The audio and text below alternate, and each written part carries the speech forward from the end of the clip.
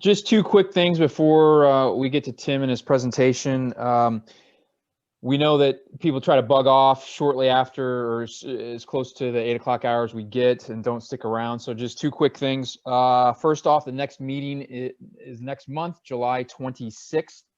Joining us will be lawyer Robert Bohr, who is partly a syndication lawyer. It's not what he does for his full time, but he certainly does that as a side hustle, if you will. And he represents the passive aspect, so us passive investors. So it'll be good. The one thing that we ask is that you send questions in. He's going to be looking to answer questions regarding PPM or, what happens in the middle of a deal if it starts to go south, those kinds of things. So think of some questions, get them to any one of us, particularly Jim, because if you get them to us, we'll get them to Jim anyway.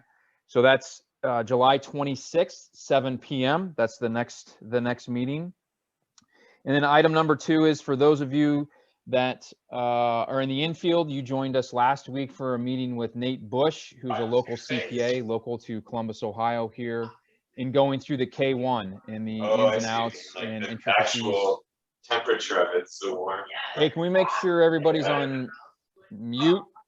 Or Ryan, are you able to do that? Yeah, I'll try and keep an eye on it. Cool, thank you. So Nate Bush joined us in the infield last week, going through the K1, the intricacies of the K1 and the importance of that. So if you are an infielder, that was recorded and has been posted to the infield portion of our website. If you are not an infielder, I suggest you take a look at that. And if there's things that interest you there and push you to want to join the infield, please do so. It is a great spot for additional learning and some tools that you guys know we've been working on. So just a plug there for the infield and also the meeting that we had last week with Nate Bush. And with that, I'll turn it over to you, Ryan. You can introduce our guests that we have this evening. And thanks, Tim, for your time. Yeah, thanks, Sean. Well, tonight we have Tim McLeary on the phone with us.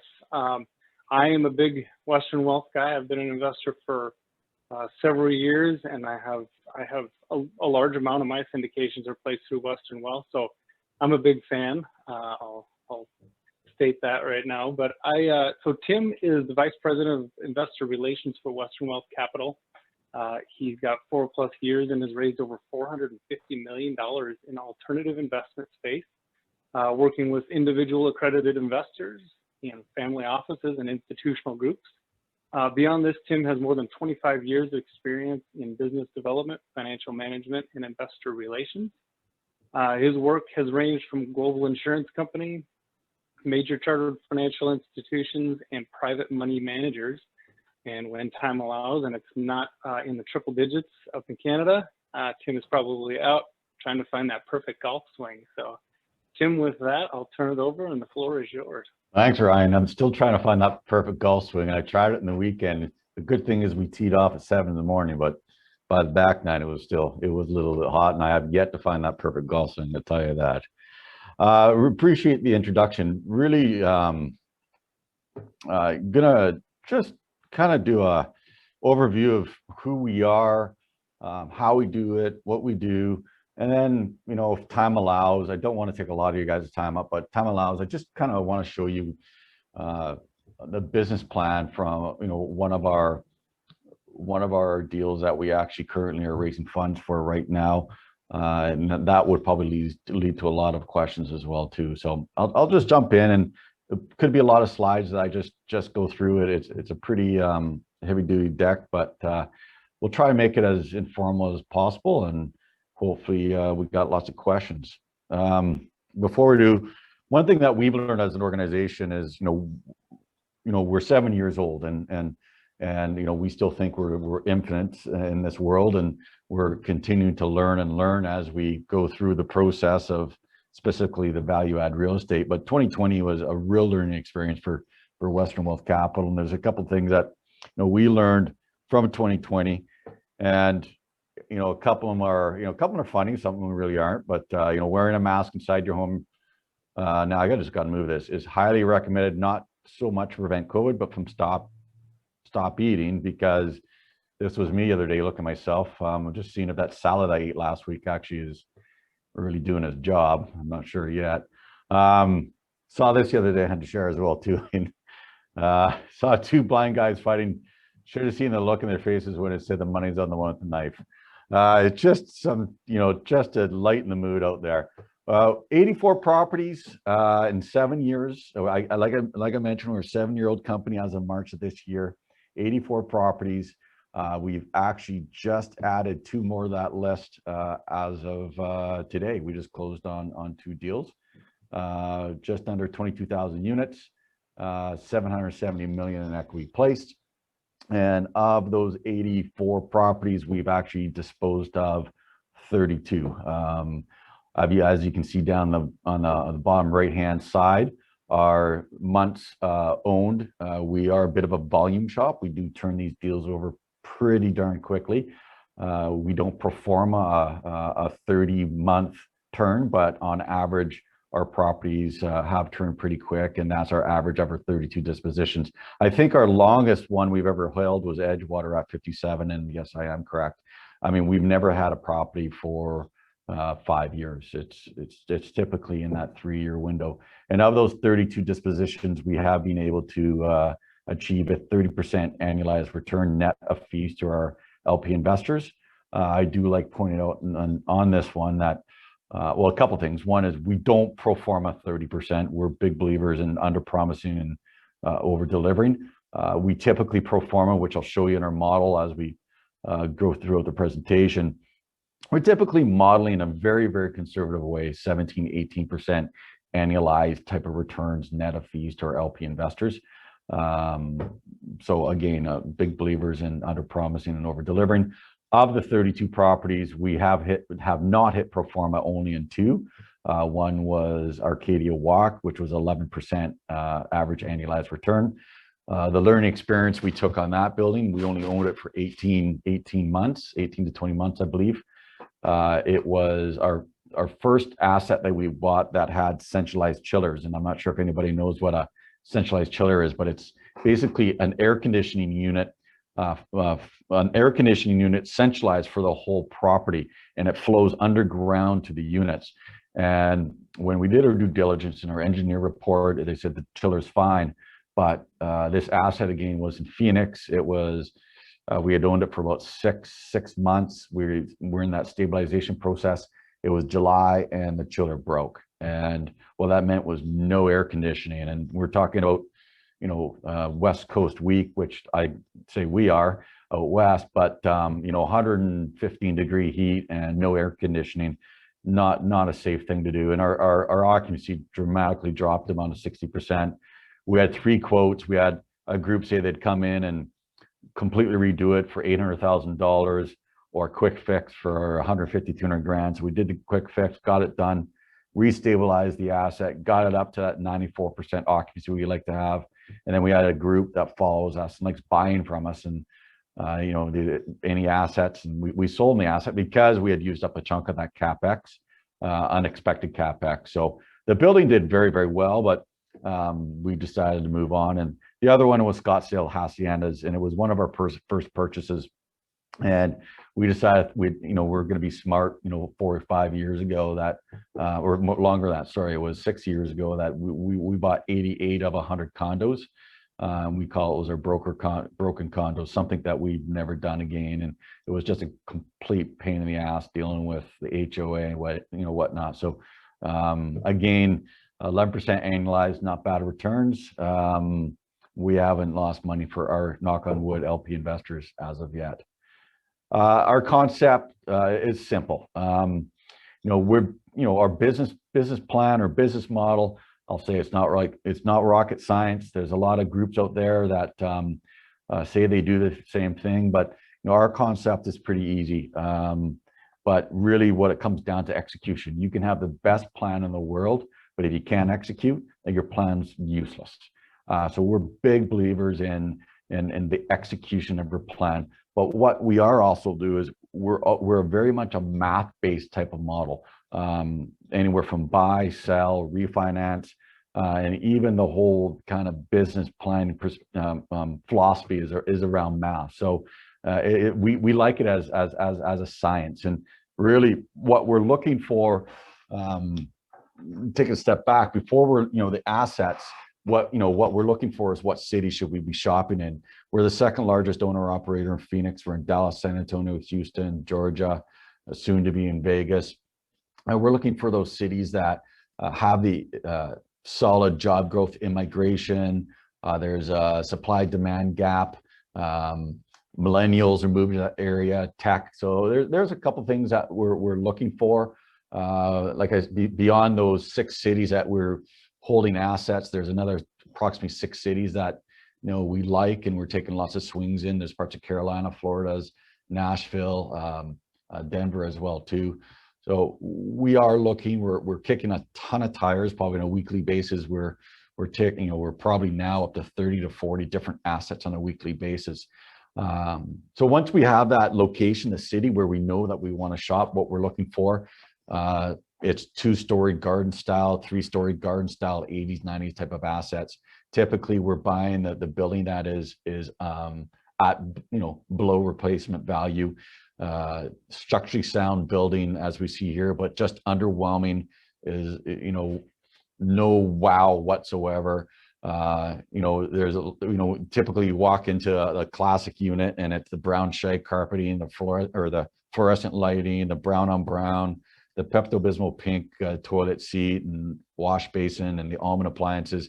We drool when we see stuff like that. So again, when we're shopping 80s, 90s type of assets and need repair and repositioning, every one of these assets that you're actually showing you, these are assets that we purchased.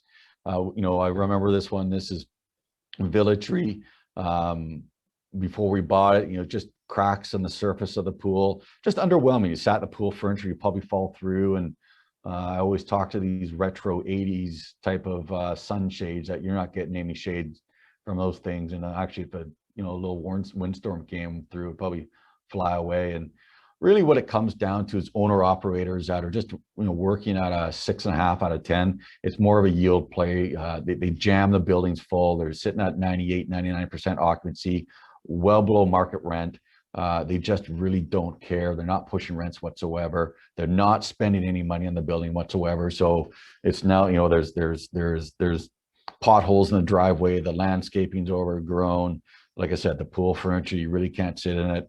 The resident profile is turning over quick. The only reason they're staying is because it's cheap. That's the only reason they're staying, is because it's cheap. So these are the type of assets that we're looking for. We also look for assets that are really close to employment. We're typically looking at a kind of a 30-minute type of window. This is a great example of an asset that we bought in Houston, and it shows, I think, close to 650,000 jobs within that 30 minutes. That's really what we're looking for. And then Country Gables, I love the sign. This is the actual monument sign of a building that we bought. So just to, imagine if you're a prospective resident that you're looking for a place to rent and you saw an ad in the paper or somewhere, apartments.com or whatever it is, and you're gonna go check this place out. And if you could even see the monument sign from from the landscaping overgrown, but this is the thing that welcomes you. So what do you think the leasing office looks like when you pulled in? And when we did pull in, the leasing office, it was just horrible. It was dark, dingy. And again, we loved it. We bought the building. We've already refinanced this building once because it had all classic units, and it was just unloved. And really what it comes down to is execution. And that's something that we're very, very good at. And as it comes to execution is, what we do, the faster we can do it, the quicker that we can improve that NOI or net operating income. That's why on day one we execute. And quick little sidebar, we took over a property in Los Colinas in the Dallas kind of Fort Worth, Irving area. And we took it over on a Sunday, and we were there at 9 o'clock in the morning, started moving the pool furniture out, landscaping. We started doing fixing the potholes in the driveway, and the current property managers called the police, and they showed up, and we got kicked off site. And we're going, "What's going on?" We own this property. And said, "Not yet, not at noon today." So we were there at 9. That's how quick they kicked us off. We go in, just simple things, as you see on the left-hand side, new pool furniture day one. We start fixing the leasing office. just simple things like website, monument sign, the fitness center, the amenity areas. We just start changing them right away. The landscaping, potholes in the driveway. We're just trying to create an experience, a wow experience for prospective residents and our current residents. I mean, a lot of our residents in this, we hear this all the time. People don't mind paying more money. What they just don't like doing is paying on a promise. So a lot of times, people go and buy the building and promise to make changes, and they just don't. So when we're buying a building, especially a building that rent is well below market rent, and we start making those changes on day one, people see that. So when their lease comes due, they don't mind paying, if they don't want the renovation and washer and dryer, they just want to stay in their classic unit. They're paying $700 and market rent's $825. If we end up charging them $850, they'll stay because they see all the amenity changes. The clubhouse is brand new. The pool furniture is done. They got a brand new fitness center. Because they don't want to walk across the street for that classic unit in the other 80s building that has no amenity upgrades whatsoever. So we do it. We do it quick. That is our whole premise. The quicker we do this, the faster we create that value. And I'll talk that a little bit later. Here's just a couple examples. Cedar Meadows. This is an asset that we bought 18 months ago. Again, in Arizona. Again, look at that monument sign. It's your typical Arizona brown on brown. We just refinanced this property 18 months later for 67%. So as an example, if you put 100 grand into this asset, you get 67,000 bucks back. You still retain your original percentage ownership in the building 18 months later. And I'll talk to the velocity of returns, but the thing we talk about with a lot of our investors who've been with us a long time is just take that, take those monies, reinvest it back in another deal. So the velocity of returns are just increasing. But here's a great example of Cedar Meadows 18 months ago. We bought it. I'm just pointing out the monument sign. So that used to greet you. This is what greets you. We rebranded it to Pura Grand. You can see in the back right hand, it's kind of tough to see, but we repainted it. Some bright, great colors. And a real tough thing to see is right kind of above the sign Pura Grand is these black and yellow signs. These are our leasing signs. And we actually, as an organization internally, the exec team, we laugh about these signs because originally it was Dave Steele, our co-GP, that created these signs. And we're just going, Dave, these things are just, God, they're ugly, man. But they drive business. You do the landscaping, you have this beautiful monument sign up, you have this beautiful asset and it looks great, and you have all these black and yellow signs all the way down the street and around the corner. It drives business, and that's our job. Our whole job is about driving prospective residents through the door, and it's about our property managers, our teams that we work with. We don't call them property manager, we call them salespeople to actually get them to live there. And again, it's just trying to create that wow experience. But it's amazing how many residents or prospective residents we actually get directed to our assets just because of those black and yellow signs. Again, another real cool photo. This is another asset that we bought in Dallas, actually. Totally underwhelming. This is the pool furniture. If you're gonna go sit in this, these straps are probably from 1980 on those pool chairs. You're probably gonna fall right through. And this is another thing that we try to do. We understand there's a lot of families living in our community. So what we're trying to do is make sure it's a safe place for the families can go and kick around and play in the pool with a lot of shade. We're buying in cities that there's a lot of heat in the summertime. We want to make sure the families are using those amenities. So what you'll see throughout the presentation is shared areas where families can go and spend time and not worry about being out in the middle of the sun, that there is a lot of shade and they can enjoy those amenities in the community that they're living.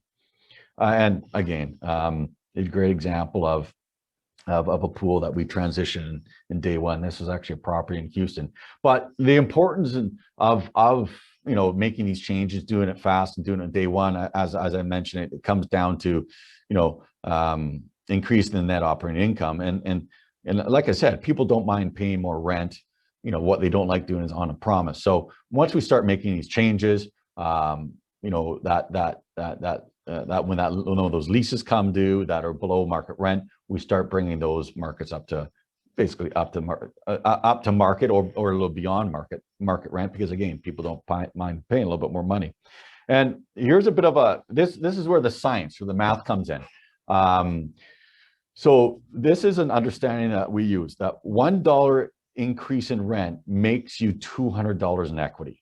So pretty simple. And the math is simple. That $1 times 12 is $12 divided by cap rate. Cap rate I use here is 6.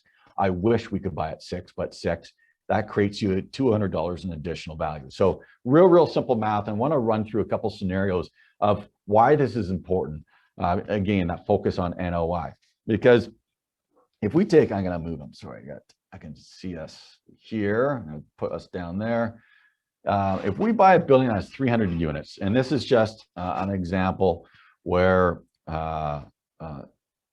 for, just to show you how the math works, but let's assume that on average, each unit is $100 below market rent. So that's 300 units. Each unit on average, it could be one's 11, one's 200, but each unit is $100 below market rent. So if we're to actually just bring every single one of those units to market rent, we've now created $6 million in additional value. That's just loss to lease. It's simple. It's just simple. It's by executing on your plan, making those small little changes to the amenities. People are happy, resident profile happy. If we can just move those 300 units up extra $100, we've now created $6 million in value. Comes down to two things. Like I said, math and execution.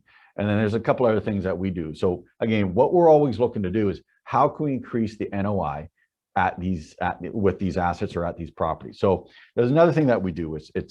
We call our Gold Star renovations. They're not renovations. They're not renovations. Well, I hate using the word lipstick. We're not ripping walls down. We're not doing plumbing. We're not doing electrical. Really what we're doing is, I'll show you in a sec, but again, use that same premise that $1 makes you 200. We're taking a classic unit like this, and this is what I talked about when we buy a building. This is how we drool. When we see a unit like this, own appliances, fluorescent light and brown, no poles, shag carpet. We're taking this and turn it into, oh, that was kind of cool. Turn it into this, and we're doing this real quick.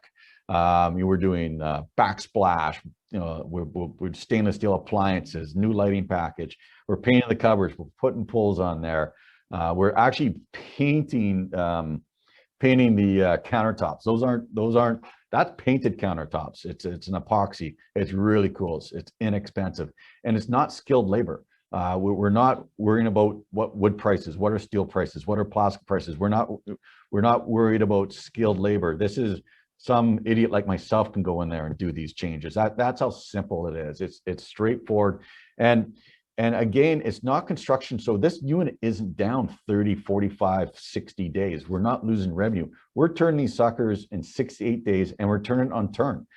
Typically, we're seeing anywhere between 2 to 3% turn per month when we take over a building. So when there's demand for these renovated units, what we're doing is we're doing this 6 to 8 days. So we'll do it at the beginning of the month, or we'll drop occupancy, from 98 down to 92. We'll do a bunch of these, and then we'll put it back. We'll try and drive that back up to 96.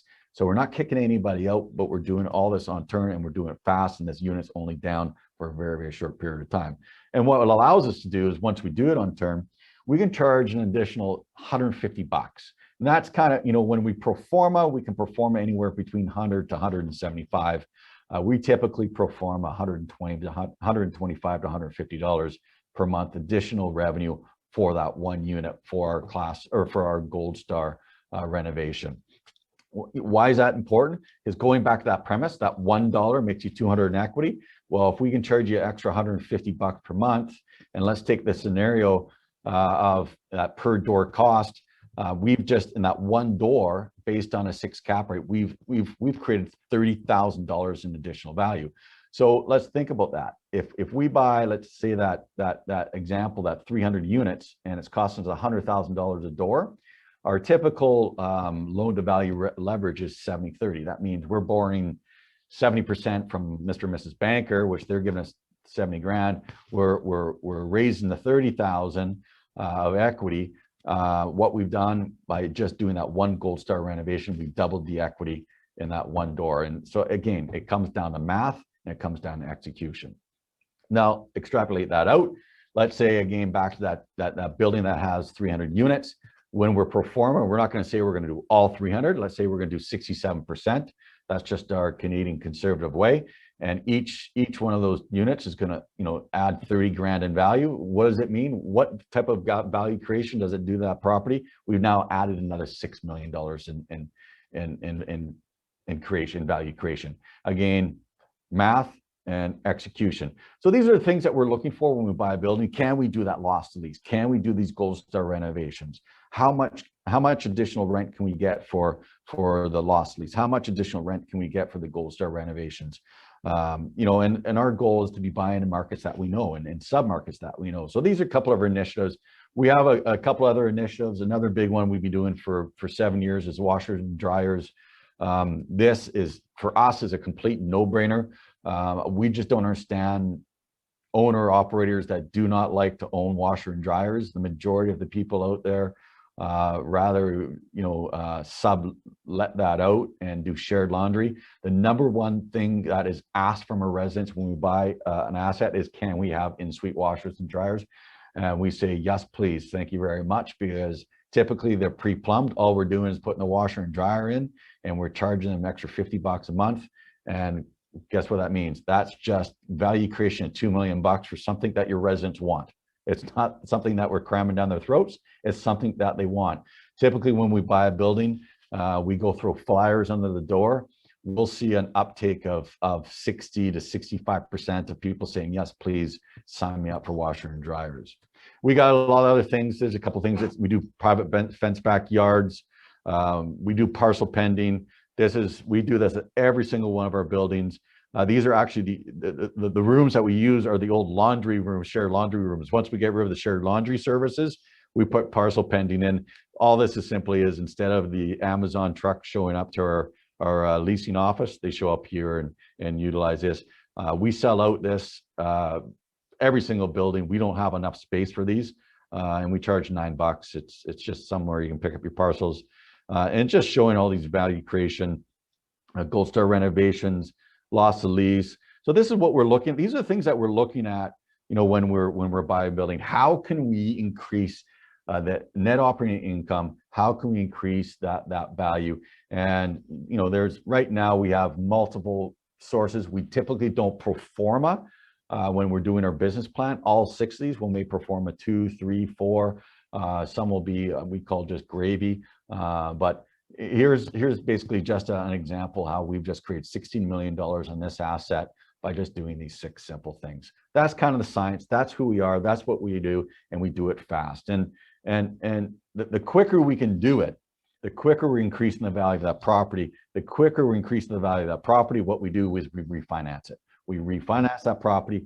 We get that equity back to our LP investors, and that's where that velocity of returns just goes faster and faster. So you know, we've had multiple properties where we've refinanced twice. You know, so just imagine if you were in Lantana or Brookside, where, you know, or Villa Serena, where you've received 100% of your equity back every November. You're still getting a check, and then we sell it, you know, 3 years later. So the lion's share of our assets now, because we do turn our assets pretty quick. When we look at refinancing a property, we are also looking at selling the property. So that's why, you know, of the 80 something properties that we purchased, we've only refinanced 14, because the other 32, actually 34 now, have been sold. So the rest of them are too young. But Cedar Meadows will be going on here as the 15th. And again, we repeat, the whole goal is to repeat this. Also, you know, what we're also trying to do is, typically when we're pro forma our business model, we're not going to, like I said, we're saying we're going to do 67% completion of our value add strategy. Now, if there's such high demand for continuing with that value add strategy, we'll actually hold a small percentage of that refinance back. We'll keep it. And we will continue on with our CapEx spend beyond that 60, 65, 67%. We'll go all the way 80, 85, or 90% if required, because the NOI is just going to just increase. And that's where, this is where the return profile has gone from, our business model saying 17, 18s to 30s and 30s plus, and we've got a couple of 50s in there. And again, we like our theory as McDonald's theory. Standardization, repeatable, creates scalability. It's buy, operate, refinance, sell. The McDonald's theory is if you're buying a cheeseburger in Arizona, it better look and taste the same as that cheeseburger from McDonald's you're buying in Dallas. We're just a manufacturer, and the cheeseburgers we're producing, the widgets, is just multifamily real estate. And the faster and the quicker we can do it, the better for all of us. And again, effective, scalable, repeatable. 2021, it's in our 7 years, even though we've got a pretty darn good track record, it's shaping up to be a really strong year in our space. I'm not sure if I get these things called daily activity reports. So I get reports of new leases on every single property every day that we own and operate. And Onyx, I'm not sure if any of you have invested in Onyx. It's one of our properties that we purchased. Well, good for you, Ryan. And gosh, I think we closed on that in November of last year. And we just on what day? Today's Monday. So on Thursday last week, just on our renewals, created $50,000 in additional NOI. Divide that by current cap. Well, I wasn't current cap rates, but divided by just a reasonable cap rate, that's $1 million in value creation. So we're seeing just crazy rent bumps right now in all the markets. And I mean, I'm not an expert. There's a lot of experts out there, telling you the reasons why this is happening. I mean, my personal opinion and what everything I read and see is it just comes down to two things: in migration, the cities that we're owning and operating, there's just not enough beds. There's so much growth of jobs in these markets, and there's just not enough housing starts, plain and simple, especially in that multi-space, so the affordable space. And that's for many reasons. You're looking at, I just redid my deck. I just extended my deck. I think it cost me more in the house. I mean, the prices of wood is crazy, steel, plastic, skilled labor, and then throw in a pandemic. I mean, it's just really throwing a wrench into new starts in a lot of markets. But the demand is still there. So, anytime you have that supply demand gap, what does it do? Well, increase demand and limited supply. What happens? The price goes up. And that's what we're seeing, that organic natural rent growth is just, it's crazy. Like we're seeing 22% the last 90 days in Arizona, 22%. It's off the chart. So I just grabbed a couple here. This was from yesterday's DIRs. So Fielder's Glen, 307, 395. These were actually classic to renovated. So what I was just talking about earlier, we don't pro forma $300 rent increases. We're performing 125. So this is how we have the ability to achieve those 30%, annualized returns. Valley Oaks, another great asset in our Dallas neighborhood. Two classics, from 107, 172, just bringing to market. Another classic to renovated, 283. Some great rent bumps, and we're seeing this right across our portfolio in all the markets that we are currently own and operating. And we strongly feel that we're going to continue to see bumps like this, for the foreseeable next 3 to 5 years. It's just, especially in those markets that we own and operate.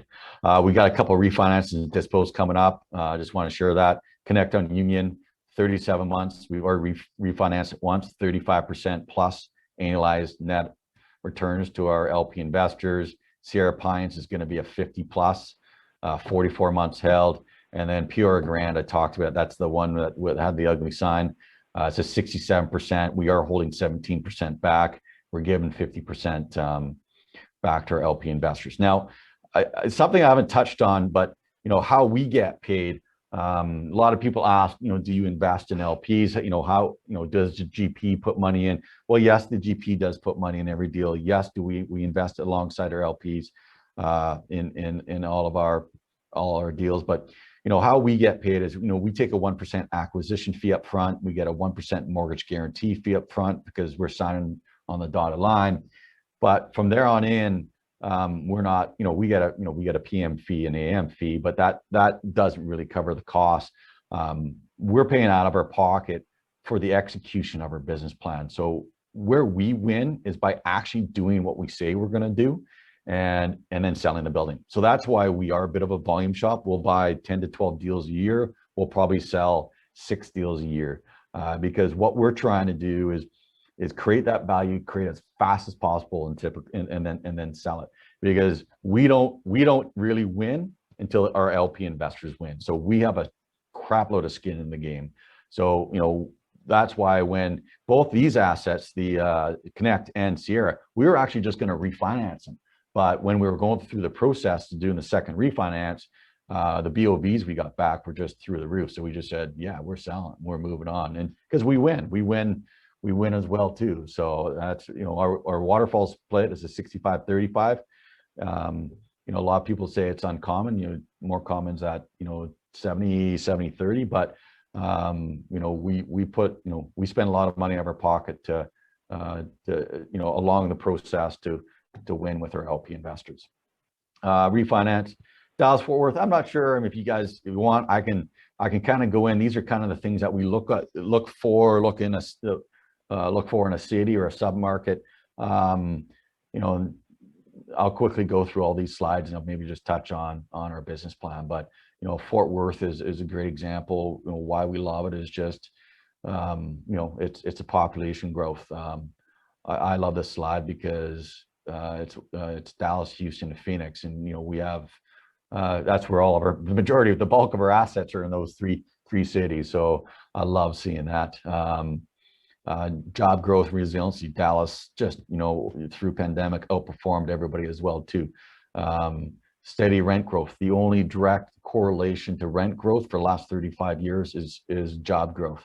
So again, what are we looking for? We're looking for those cities that have that in-migration, that millennials are going, that those cities that have that steady not only job growth but rent growth. And we're seeing in Texas that migration from New York and California. Oh my gosh, I mean, I'll show you in a couple slides over here, but the number of large employers leaving California and going to Texas. And again, another thing we look for is those states that are landlord friendly and of course and tax friendly as well too. So so we're looking in Dallas-Fort Worth just is consistently had since 15 for the last 6 years, just that steady nice rent growth just because of the in-migration, that supply demand gap. High demand, this talks to everything I've been talking about, and I love this. After all the lockdowns, the leasing activity in that Dallas-Fort Worth area, second half of 2020, so July to December, demand was 58% above demand for the past 3 years. I mean, that's mind-blowing. 58% above for the last 3 years. That just speaks to everything that we've been talking about.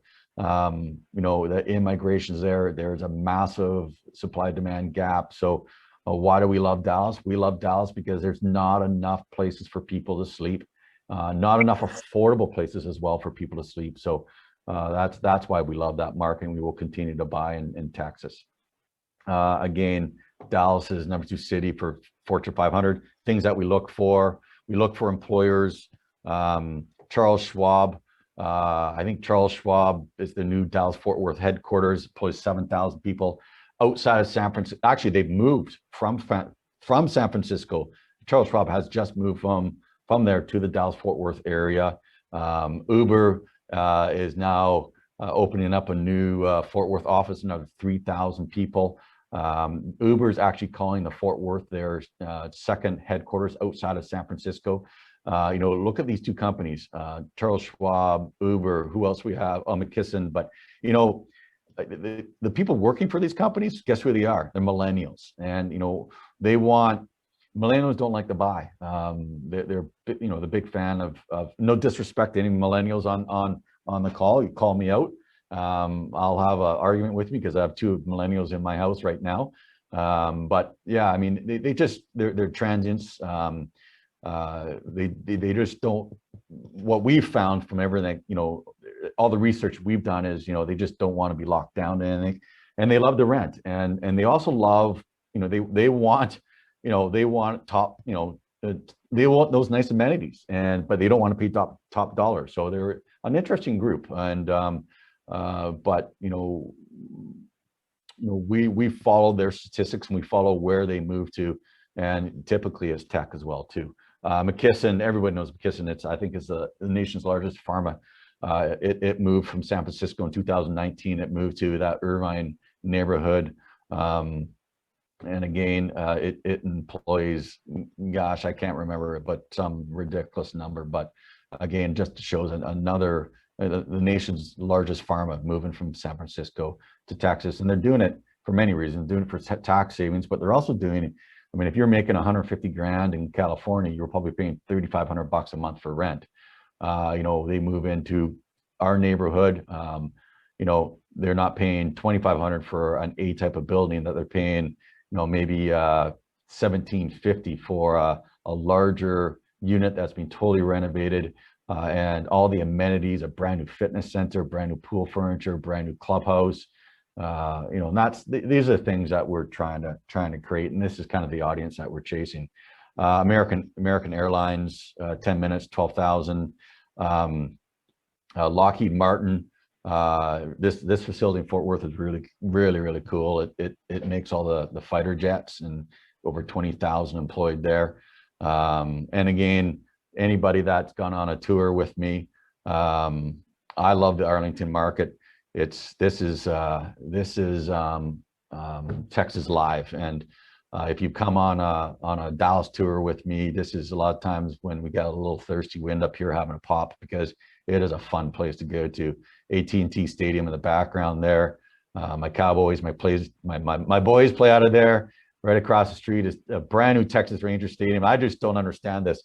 The old Texas Ranger Stadium looks beautiful. It's gorgeous, but they had to build another one right across the street. But right in the downtown hub of Arlington, which is just a amazing town, is this Texas Live, and this is a real cool place. And we love, this is things that we look for when we get a new asset. And Brookside is one of our assets that we're just fundraising for right now. Again, right in the middle between downtown Dallas, downtown Fort Worth, right in the hub of Arlington. And then when I talk to us knowing a submarket, we have 10 assets right in the submarket. So when we're doing a pro forma, and we do a pro forma or a business plan in a very, very conservative model, we're always thinking of insider trading. Now, insider trading is a real naughty term in the stock market world, but we know what we're getting at asset 1, 2, 6, 7, 4, 5. We know what we can charge. We know what we can do, what we can't do. So when we see an asset like Brookside, and we know it's sitting at 98% occupied, a high collection rate, well under market, we know if once we go in, start doing our amenity upgrades, we start bringing that loss to lease up, we start doing the Gold Star renovations, it will be successful. We know the market, we know what we're going to achieve. Now, in saying that, we're not going to pro forma $300 rent bumps. We're going to pro forma, as I mentioned, anywhere between loss to lease, 25 all the way to Gold Star renovation of $150. But this is an example of our intelligence into the market. And again, central, that's what we're always looking for. Top employers, I actually did a presentation to our Canadian folk up in Canada, and when I showed this picture here, I love showing it because this is a local high school in Arlington. That football field and those stands would probably be equal to our professional football team in Canada, the CFL. But yeah, I know. I mean, so Arlington School District, University of Texas. Again, 5,300. General Motors, which you saw, 4,400. Texas Health, another 4,000. Six Flags, which is about 7 minutes away. just under 4,000. Well, that's what we're looking for employers, jobs growth, in migration. Those are things that we're looking for. And of course, Texas Live, because those millennials love that kind of work, live, play, have fun type of balance. So these are the things that we're looking for when we're buying a property. We're also looking for, as I mentioned, this is just organic rent growth in Arlington, 4.4%. We would never pro forma that. We would pro forma maybe 2 to 3%, but in the last 12 months, just the organic rent growth in that market's been 4.4%. As I said, Brookside, well below market rents. That's what we're always looking for. I think it's 7% lower than asking rent. So if you just look at that loss to lease, the 4.4 plus the 7%, that's 11% growth just organically. By just changing those leases over, that additional NOI, net operating income, divided by that cap rate, you're going to just create massive amount of value in that building just by moving those rents. And that's, again, because it comes down to simple math. That's really all it is. And here's a couple rent bumps of those 3 buildings from 294, 242, 206. And these are all classics. That just talks to our demand in this kind of sub-market trade area. Arlington's a fun city. It's a fun little town. I love it. It had the Super Bowl, Major League World Series, and NBA All-Star game in 12-month period. This is the new asset. This is a 3-story garden style. It's an 288 units. This is the pool. When people may look at it, hey, this looks pretty good. Now, to us, this is underwhelming for us. This is not wow for us. Even though it's an 288, it does have some nice colors there. But to us, this is underwhelming. We're gonna transition this pool to we call it a Vegas style resort type of pool. We're gonna throw in bright colors, lots of shade. This is one of our assets in the Arlington area. This is Crossroads. This is the clubhouse at Brookside. I think that furniture is from somebody's den, but from the 80s, and just that 90s paint, on the old pool furniture. It just is not inspiring. If you were a prospective tenant and you walked in, you wouldn't want to be paying market rent. You just want to make sure you're getting a deal on this property. So, we take clubhouses like this, and this is where the residents really come, to enjoy and to use. We take spaces like this and turn it into this. And again, we do this quick. If a prospective resident was walking in seeing that, you think they'd pay the same amount of money if they're walking in and they see that versus that. And again, it's just comes down to execution. And this is actually our asset, Hunters Grove in Grand Prairie. This was a phenomenal transition. It was just the clubhouse was just underwhelming is a nice word for what it was. And that's all we're trying to do is create a real wow experience. And again, fitness center. We're just trying to, these are the things that we're going to do. This is the outdoor barbecue area. Like I showed you earlier, we're going to just kind of create that, real great experience where families can come, lots of shade that they can sit outside, watch the kids swim, and have their barbecue and enjoy the amenities of the community that they live. They don't have to hide in their houses or go anywhere else. They can, they can enjoy. Bless you. They can enjoy the actual amenities of where they live. And some of the fitness centers in some of our buildings. Or better, some of the gyms that I paid, $50 a month to join. They're real robust, and it's neat to see, and the residents really, again, they really appreciate it. One of the best compliments is when a resident refers it to one of their family, friends, or even a work colleague. They say, you got to come where I live, just because I love it. And when you have that, guess what? They don't mind paying more money for rent. They just don't, because they really enjoy living there. And Janet, our CEO, her big thing is creating that a real safe community as well too. It's one of the things that when we tour, we're looking at lighting, we're looking at parking, and we're looking at a lot of things. We understand, I still call it workforce housing. They get mad at me when I say it, but it still is. We have all different levels of individuals living in our communities. But again, we want to make sure people feel safe when they're coming home from work. Quick snapshot of our business plan. This is just, I talk about need for speed, but great example, Brookside's a $39 million purchase. We're raising 13 million bucks. We talked to those 4 things: washer and dryers, upgrades, amenity upgrades. That's the actual, this is the private fence, backyards, that loss to lease. By just doing those four simple things over 3 to 5 years, and this is our business plan. This is our model. We feel it's going to create in a very, very conservative way, for each of those categories.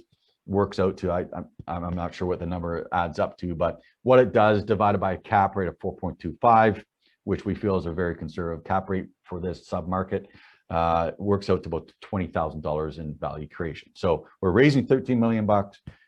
If we say we can actually do these 4 simple things, can we hit 20 million? Yeah, we think we can. Well, we're pretty darn confident we can hit that 20 million in additional value creation. Breaking it down again, interior upgrades, 200 to 150 bucks. Washer and dryers, 170, not 288, only 170. I guarantee you this building will probably end up doing more than 170. This is our loss to lease. This just shows our market rent, in-place rents versus market rent. Again, if we just bring it to current market rent, not including the additional 4.4% organic rent growth, we're talking just under $8.5 million in additional value creation. We have a lot of other NOI initiatives that we don't put into our business plan. We just call it gravy, which I talked to. So, we're doing some nesting tech packages. We're doing parcel lockers, not 62 bucks a month. It's $9 a month. Sorry about that. Fenced, private fenced in backyards.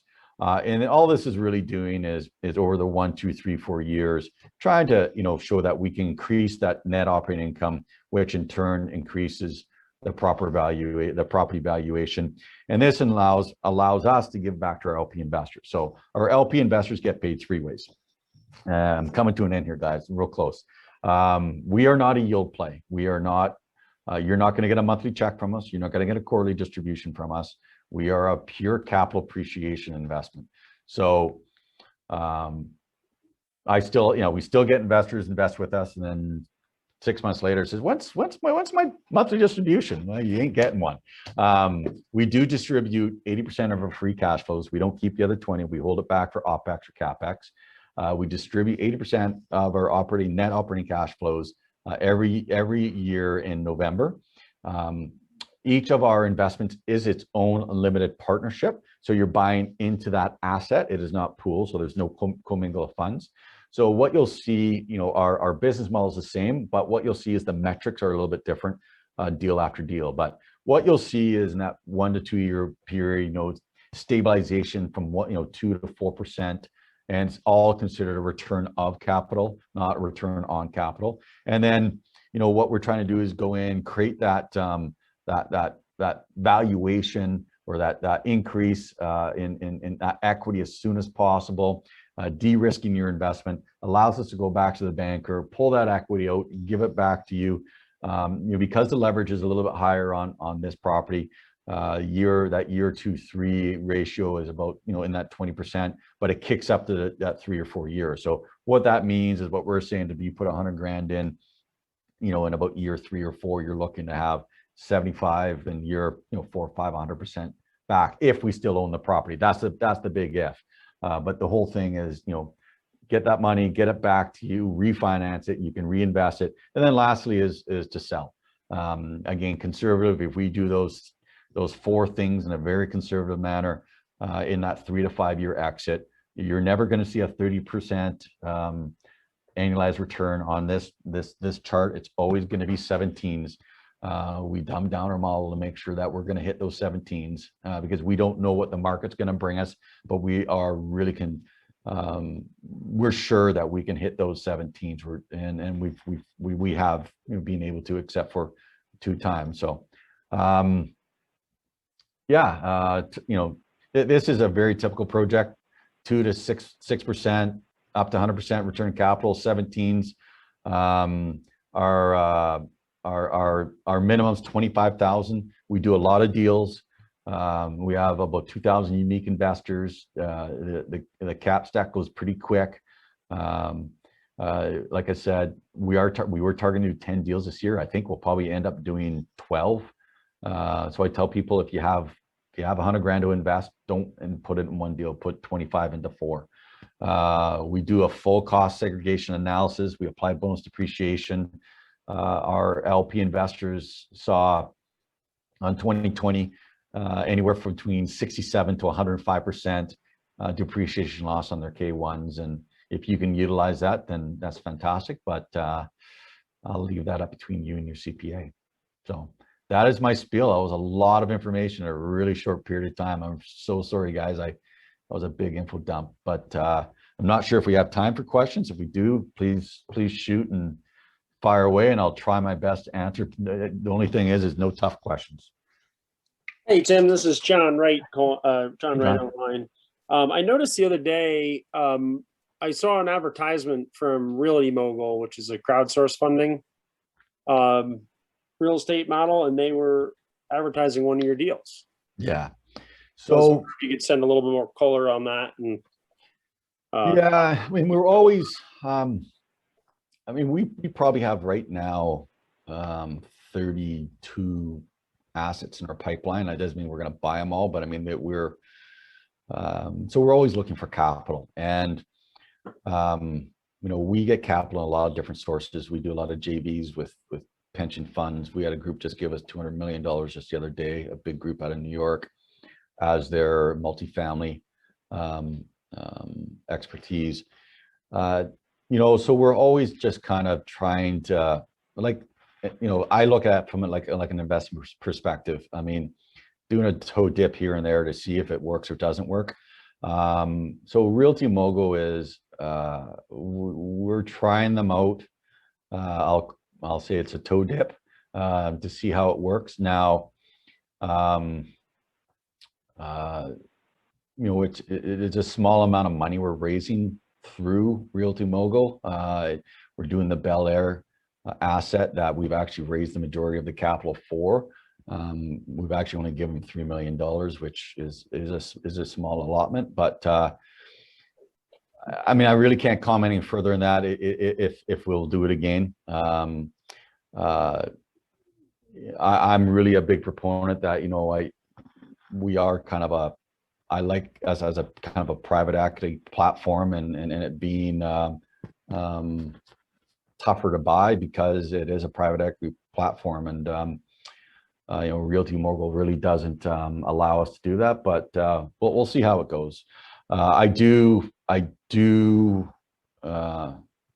not sure well, not sure, I do know the metrics aren't as great going through a platform like that to the LP investors.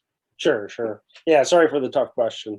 No, that wasn't a tough question. It's just, yeah, it's sensitive. It's yeah, sensitive. no Yes. problem. Follow up easy question. I think I already know the answer to this, but do you guys have your own in-house property management and construction companies? So we have our own house. We are vertically aligned.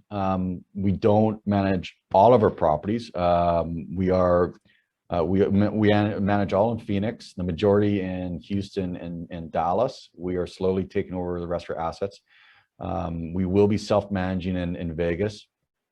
Excuse me, we do use Pegasus, which is a third party in Atlanta. And we just haven't got our critical mass there yet before we can, but you know, soon enough we will be vertically aligned there. And then our properties that we don't currently manage in Texas, it's CAF, which we love, but they are fully aware that probably within this year we will be managing all those assets. Okay, great. Thank you. You're welcome. Hey, Tim, we had a question come in earlier on the chat, and then I saw that we've got a couple that have raised their hands. Can you talk a little bit more? You touched on it a little bit, but can you talk a little bit about the waterfall fees splits? Was the question that came in? So the split, first of all, there's a 5% disposition fee. So we take 5% on the gain, and then it's a 65% to our LP investors and 35% to the GP. Okay, thank you. And then I apologize, I didn't see who came in first. We've got Brian and Alan. Brian, do you want to go first? Yeah. So Tim, thanks for coming and joining us today. I really appreciate it. I'm a big fan of Western Wealth. I think I'm in about 7 or 8 deals with you guys. It was nice to hear you talk without Buck interrupting you every day. No, I'm just kidding. All right. So basically the model is buy property, force appreciation, increase the NOI, refinance. Interest rates are going up in 2 to 3 years. How will that affect the returns, refinancing, and is that already built into the pro forma? Yeah, couple answers for you. Yes, it is. So all of our modeling will have anywhere from 50 basis points to 100 basis points built right in. So it is automatically modeled in. So it really does not affect our business plan whatsoever. And in a rising interest rate environment, you know, even you can call it inflationary times if you want. All it means is you can charge a lot more for your unit. So you know, we feel that, you know, our models are built in a conservative way that we will still be able to easily achieve the returns that we have modeled. Does that answer your question? It does. Do you think money's going to get tighter for you guys for acquiring new properties in the future, or you think from lenders or from lenders? Yeah.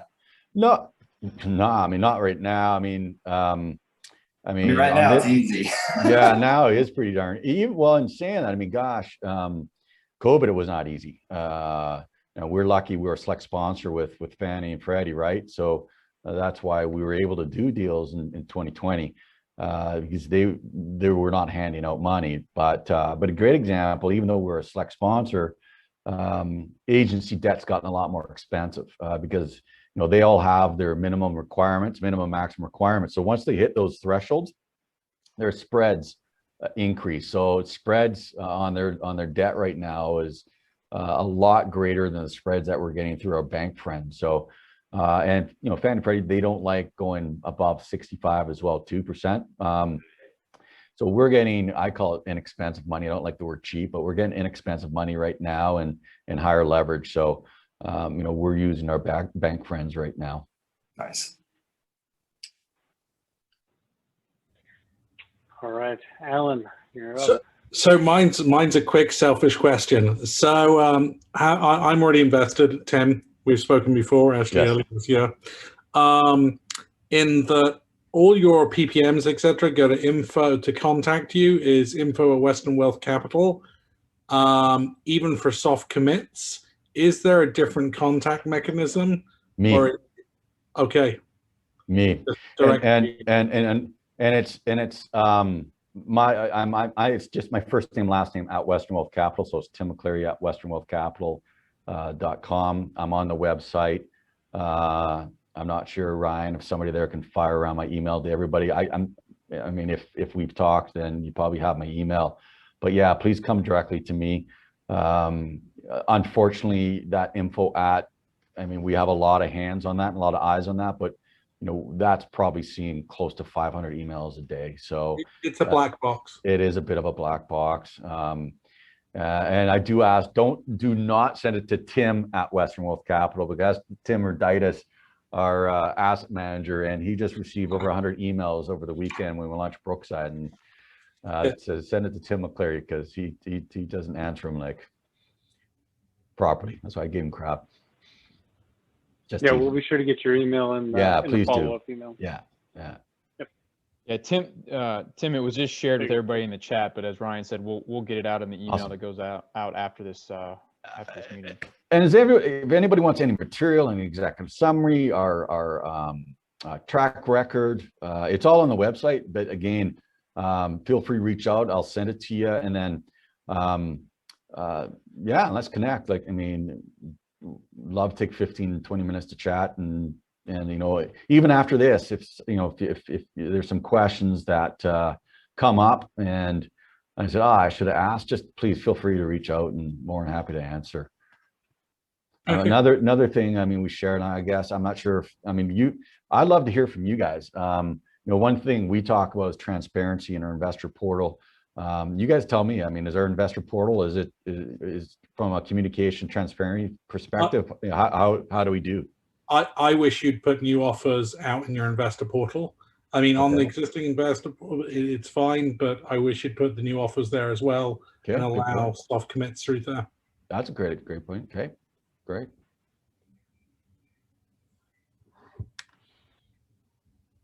I know there's a lot of people here who have Western Wealth, so.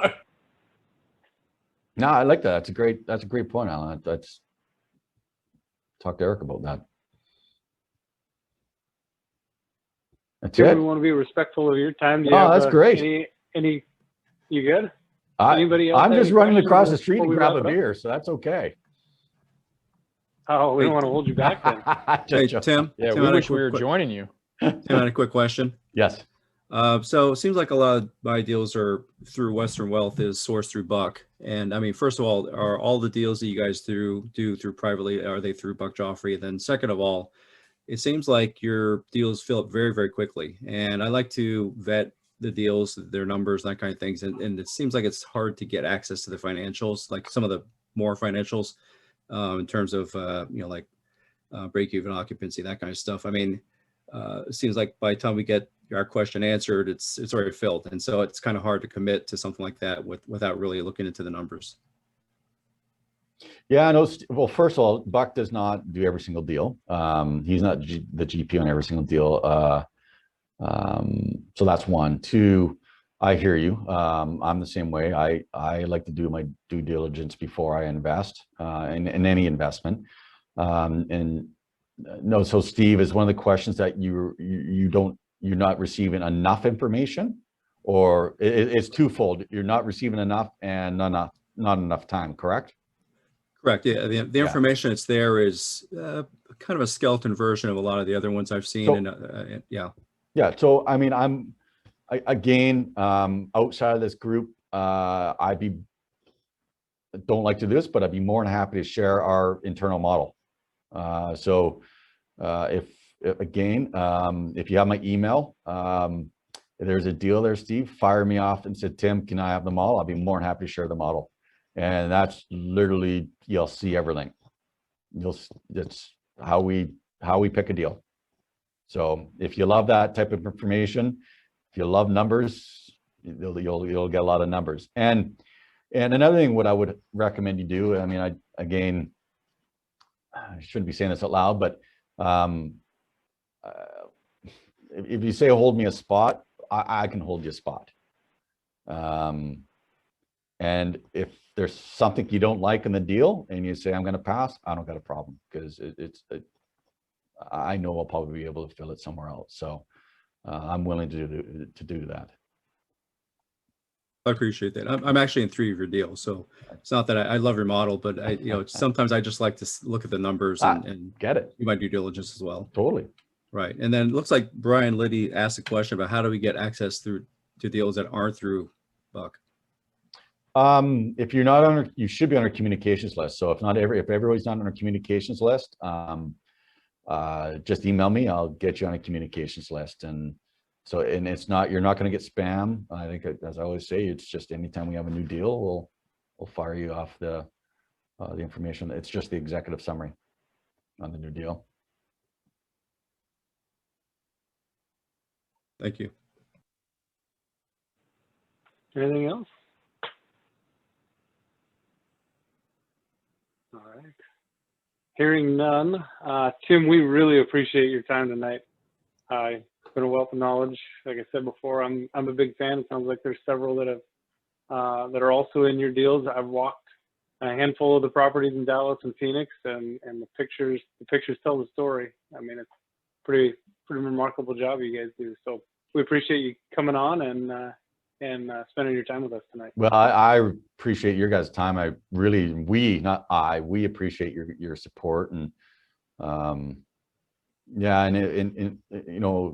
my only ask is for anybody that hasn't come on tour when we are back touring again, please come. Not only is it a fun time, but you really get to see what we do. And I'd love to meet everybody in person, but really appreciate the introduction to everybody, you guys. And it was great to see some of your faces.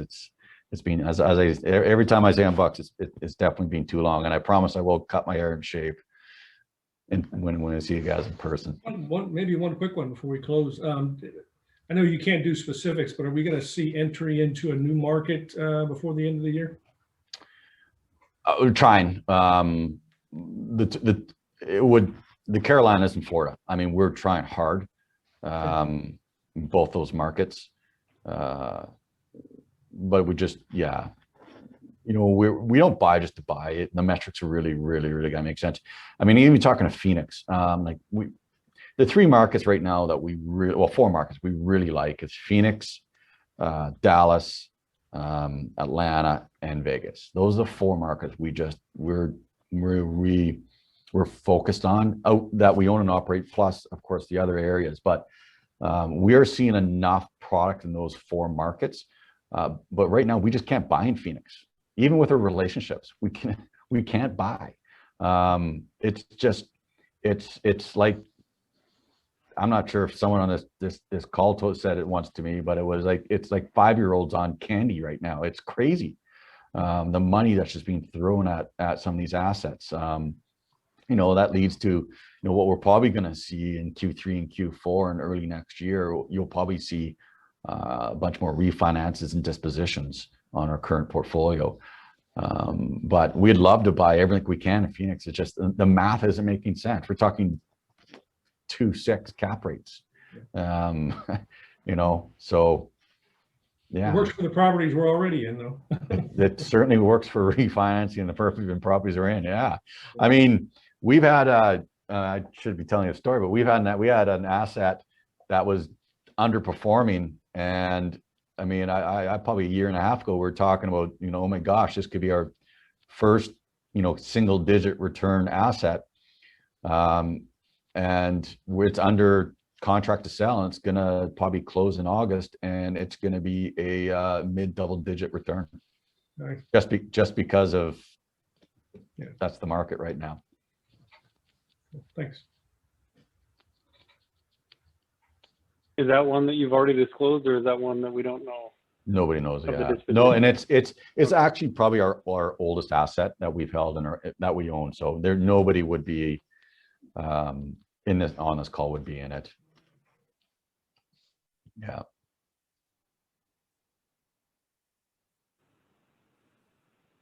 Okay, guys. Cool, Tim. Well, nice seeing everybody again. Have a great evening. Yeah, thanks for your time. Don't be surprised if you don't hear from a bunch of us after this. That's call good. At some point, I would love guess. it. Yeah, and happy 4th of July. Enjoy. Be safe. Yeah, great. Thank you. Take Thanks, care. Tim. Thanks. Hey, to the rest of the community, this is, as you guys know, this is when we, normally do our breakout sessions, but given the time, I think we're going to